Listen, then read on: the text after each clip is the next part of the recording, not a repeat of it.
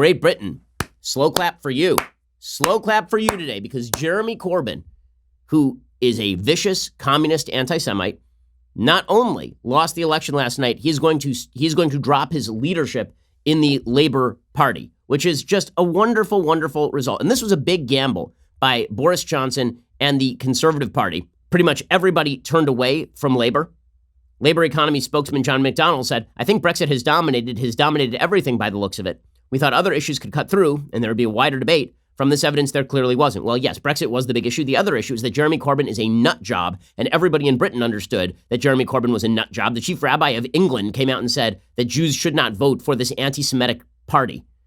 Astonishing, astonishing. And you've already seen the pressure have its toll. Jeremy Corbyn announcing last night that the election had gone quite poorly for him, and then announcing that he was going to step down from leadership of Labour. I want to also make it clear that I will not lead the party in any future general election campaign. I will discuss with our party to ensure there is a process now of reflection on this result and on the policies that the party will take going forward. And I will lead the party during that period to ensure that discussion takes place and we move on into the future.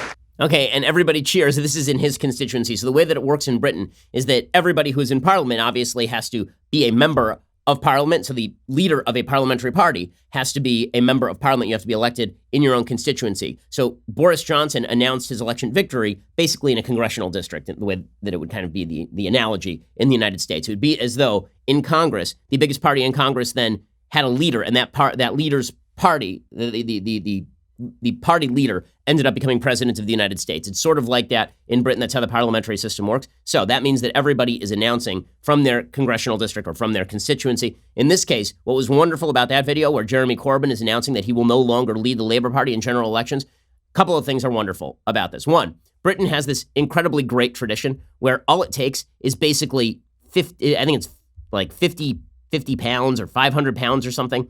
I think it's 500 pounds in order to stand for parliament.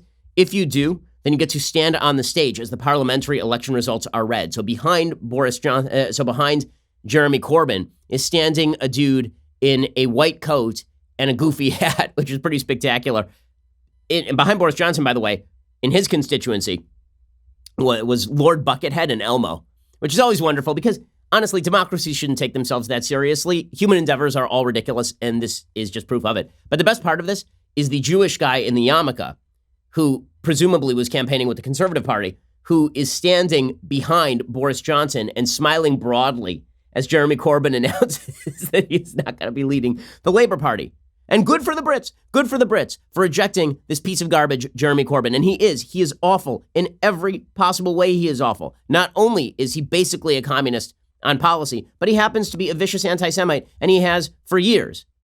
Did you know that every like on this video creates one additional leftist tier? Don't ask me why. That's called science. To take advantage of this amazing opportunity, hit the like button.